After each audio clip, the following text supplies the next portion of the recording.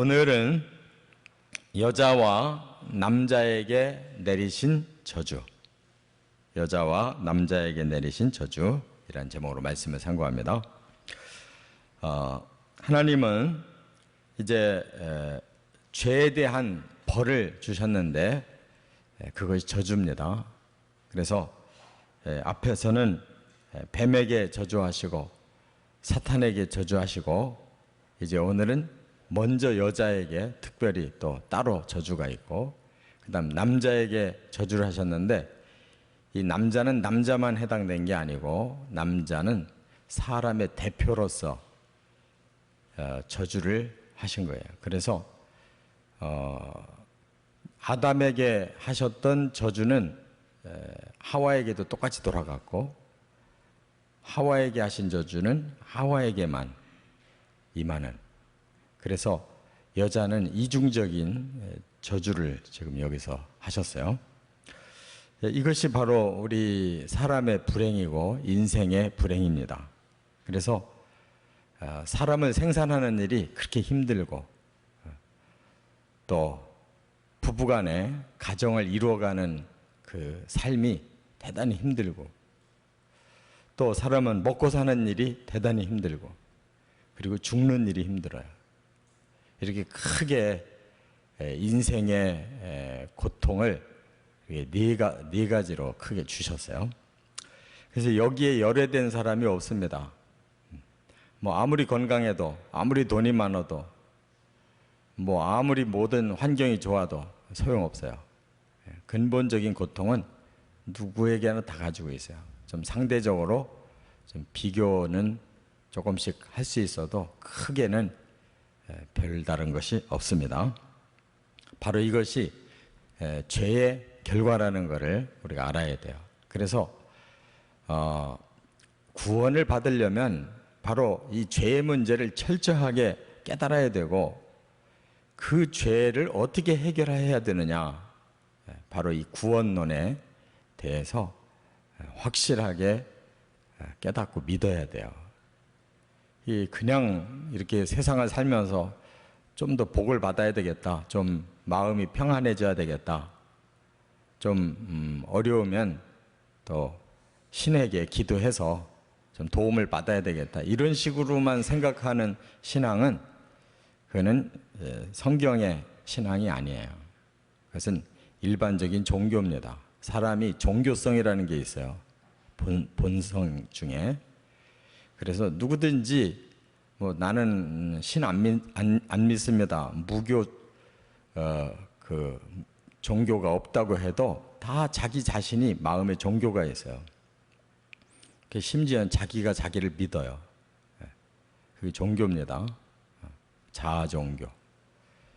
그래서 자기가 자기에게 계속 이렇게 그 소원을 빌면서 사람은 그렇게 살아가게 돼 있어요. 그만큼 인생이 힘들고 어렵기 때문입니다. 그렇기 때문에 이 땅의 문제를 해결하려고 우리가 신앙생활하면 그건 성경의 신앙생활이 아니에요. 이 땅은 다 누구든지 종교를 가지고 어려움을 극복해 보려고 해요. 우리는 이 땅의 문제만이 아닙니다. 근본적으로 사람은 영원히 살아야 되는 존재였는데 그 문제가 해결돼야 되는 거예요. 그래서 성경의 신앙은 천국까지입니다. 깨달아야 될 줄 믿습니다. 그러기 위해서 우리가 저주, 얼마나 죄가 무서운가를 알아야 되는데, 첫째 16절에 여자에게 내리신 저주를 말씀하세요. 여자에게는 일단 생산에 고통을 주셨어요. 그래서 임신하는 고통을 크게 더하리라 하셨어요. 여기 임신이라는 말은 두 가지가 들어가요. 처음 잉태와 그 다음에 출산, 두 가지가 다 포함되는 거예요. 그러니까 여자들이 잉태를 하는 순간에도 매우 고통스럽고, 출산하는 순간에는 더 말할 것도 없이 고통스러워요. 그래서 수고하고 자식을 낳을 것이다 그랬어요. 이게 여자의 벌이에요.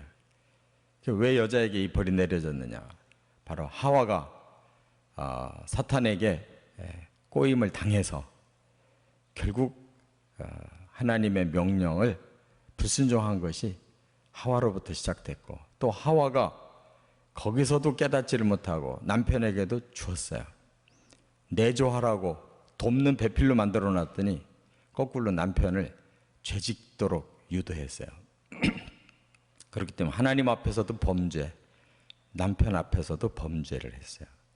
거기에 대한 책임이 여자에게만 더 돌아간 것이 바로 잉태와 출산을 크게 고통스럽게 했다. 그래서요. 그렇기 때문에 모든 그 생산을 하는 동물들 중에 사람처럼 고통스러워하는 동물이 없어요.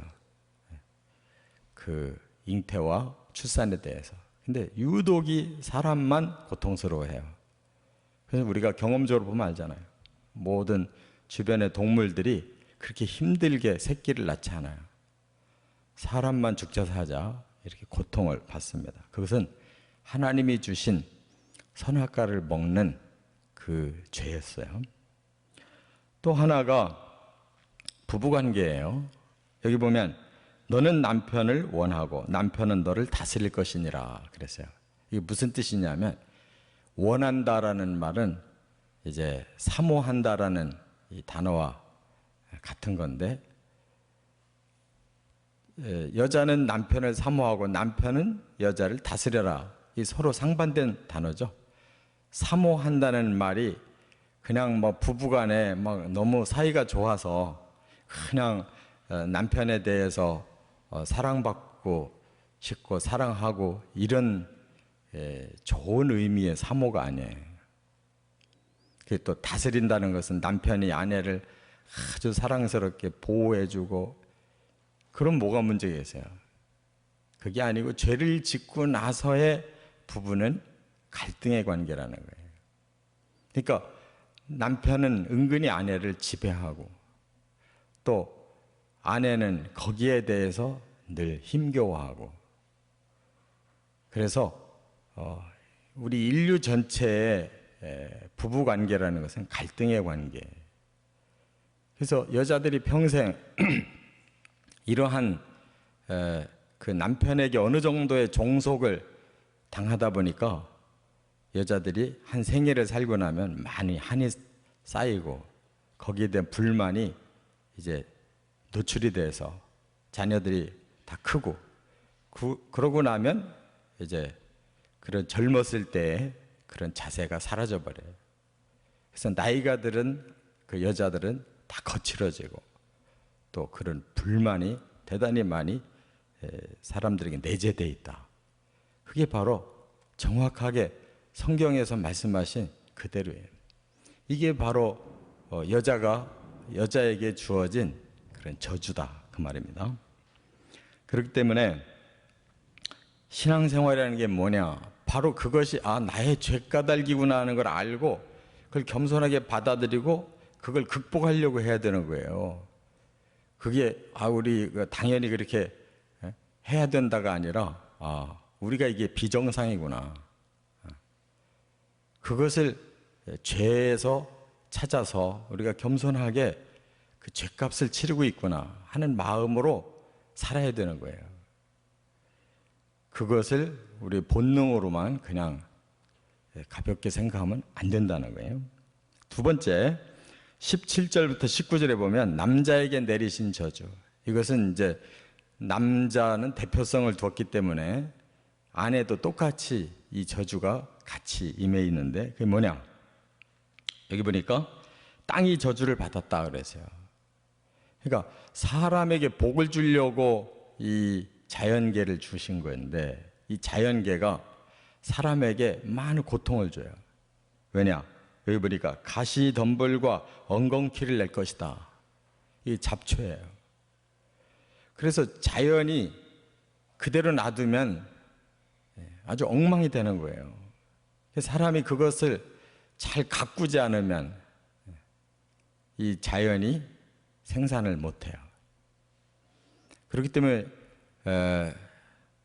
우리가 이런 농산물들, 뭐 과수나무들 그냥 내버려 두면 전부 못 먹어요. 그걸 아주 정성껏 가꿔야 채소도 먹을 게 나오고 과일도 먹을 게 나오지, 그거 안 하고 내버려두면 완전히 폐허가 돼버려요, 자연이. 그래서 여러분들이 느끼실 거예요. 사람이 경작 안 하는 부분은 하나님이 알아서 잘 키우십니다. 일반 산들 보세요. 알아서 다 커요. 그런데 사람이 경작하는 부분 다 황폐화돼요. 잡초가 완전히 우거져요. 깊은 산에 가서 잡초 보셨어요? 깊은 산은 잡초가 없어요.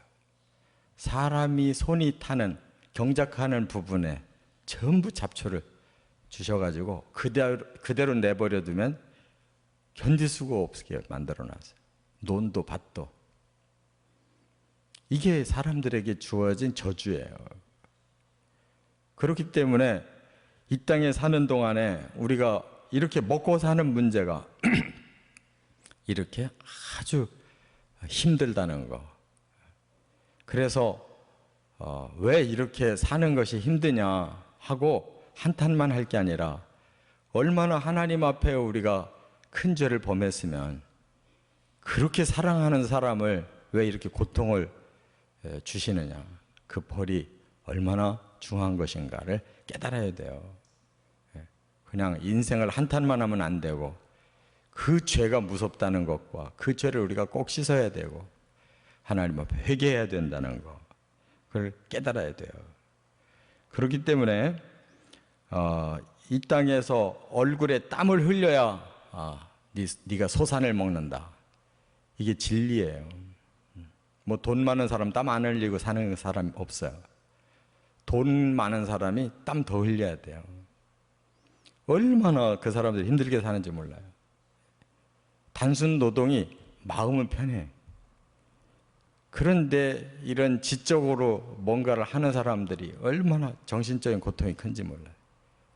땀이 그냥 우리가 몸에서 땀만 나면 얼마나 좋은 거예요. 정신적으로 사람을 쥐어짜서 아주 피곤하게 살잖아요. 그러니까 우리 인생은 너나 나나 할 것 없이 똑같은 저주가 임해 있기 때문에 이걸 잘 감당해야지. 나는 어떻게 하면 좀 편한 직업 가질까? 어떻게 하면 돈을 쉽게 벌을까? 뭐 어떻게 하면 그냥 적당하게 남의 등 타고 적당하게 살아볼까? 이런 약삭 빠진 생각을 하면 안 돼요. 나는 정직하게 땀 흘리고 내가 수고한 만큼 내가 먹고 산다. 그걸 잘 감당하는 것이 죗값을 우리가 잘 당하는 거지. 하나님이 죗값을 줬는데 그거를 요리조리 피하겠다는 자세를 가진 사람들은 결코 성공할 수가 없어요. 땀 흘릴 각오를 가지고 살고 자기가 평생 가야 될 길이 이걸 극복해야 된다고 생각을 해야 된다, 그 말이에요. 또 여기 보니까 너는 흙이니 흙으로 돌아가라 그랬어요. 결국 사람이 육체가 흙으로 만들어져서 너 육체를 죽이겠다는 거예요. 그럼 너는 흙으로 가야 된다. 이 죽음을 말씀했어요. 하나님이 선악과를 먹지 마라 그럴 때 먹으면 반드시 죽는다고 그랬죠. 일단 육체가 죽어요. 그래서 사람은 열애가 없어요. 성경에 보면 열애가 몇 사람이 있어요. 에녹이 죽음을 보지 않고 갔죠. 엘리야가 죽음을 보지 않고 갔어요. 그냥 들림 받았어요, 그대로. 그건 특별한 사람들. 왜? 바로 사람에게는 부활이 있다는 것을 가르쳐 주신 거예요. 그래서 산채로 영원히 하나님의 나라에서 살 수 있다는 그 하나님의 진리를 특별히 보여주시기 위한 거지. 모든 사람은 열애 없이 다 죽어요. 바로 이게 벌이에요. 그래서 육체와 영혼이 분리돼야 돼요. 육체가 흙에서 만들어졌으면 흙으로 돌아가고, 영혼이 하나님이 생기를 주셨으니까 하나님 앞에 가야 돼요. 그래서 음부든 낙원이든 영혼만 가 있다가 나중에 예수님 재림하셔서 첫째 부활은 천국으로, 둘째 부활은 지옥으로, 그때는 영혼과 몸이 합해지는 거예요. 그래서 영혼이 지옥 가든지 영혼이 천국 가는 거예요. 이와 같이 육체의 죽음은 바로 죄의 싹시라고 로마서 6장 23절에 그랬죠. 죄의 삭시 사망이다. 그래서 우리가 죽으면서 내가 죄의 값을 이 땅에서 마지막으로 받잖아요. 그 마지막이 중요한 거예요. 내가 이렇게 죄를 짓고 그 저주를 받아서 이 육체가 죽게 되는데, 바로 이대로 죽으면 우리 영혼도 죽는 거잖아요. 나중에 영원히 지옥 가야 되잖아요. 그걸 깨닫고 내가 영혼까지 죽으면 안 되겠다. 하나님 앞에 내 죄를 내놓고 용서를 구하고 내 영혼이라도 하나님의 낙원에 가게 해달라고. 그래서 마치 예수님의 십자가 옆에 달렸던 한 사람의 강도처럼 마지막 회개가 필요한 거예요. 예수님이 네가 오늘 나와 함께 낙원에 있을 것이다 라는 그 대답을 우리가 들어야 돼요. 이처럼 저주는 거저 온 게 아닙니다. 죄 때문에 왔고 죄의 싹은 반드시 주어지는 거예요. 이 땅의 것만이 아니라 영원하게 우리는 이 진리를 확실히 깨닫고 예수 그리스도를 통해서 우리가 죄 용서를 받고 그 다음에 저주가 풀리는 거예요. 그렇기 때문에 지금은 죄 용서를 받고 우리가 사는 것이고, 이제 예수님이 오시면 저주가 풀려서 부활체로 사는 거예요. 그리고 천국에 들어가면 하나님의 창조 계획이 완성돼서 영생과 영광을 누리는 거예요. 이 신앙의 단계를 잘 밟아 나가시기를 주의 이름으로 축원합니다.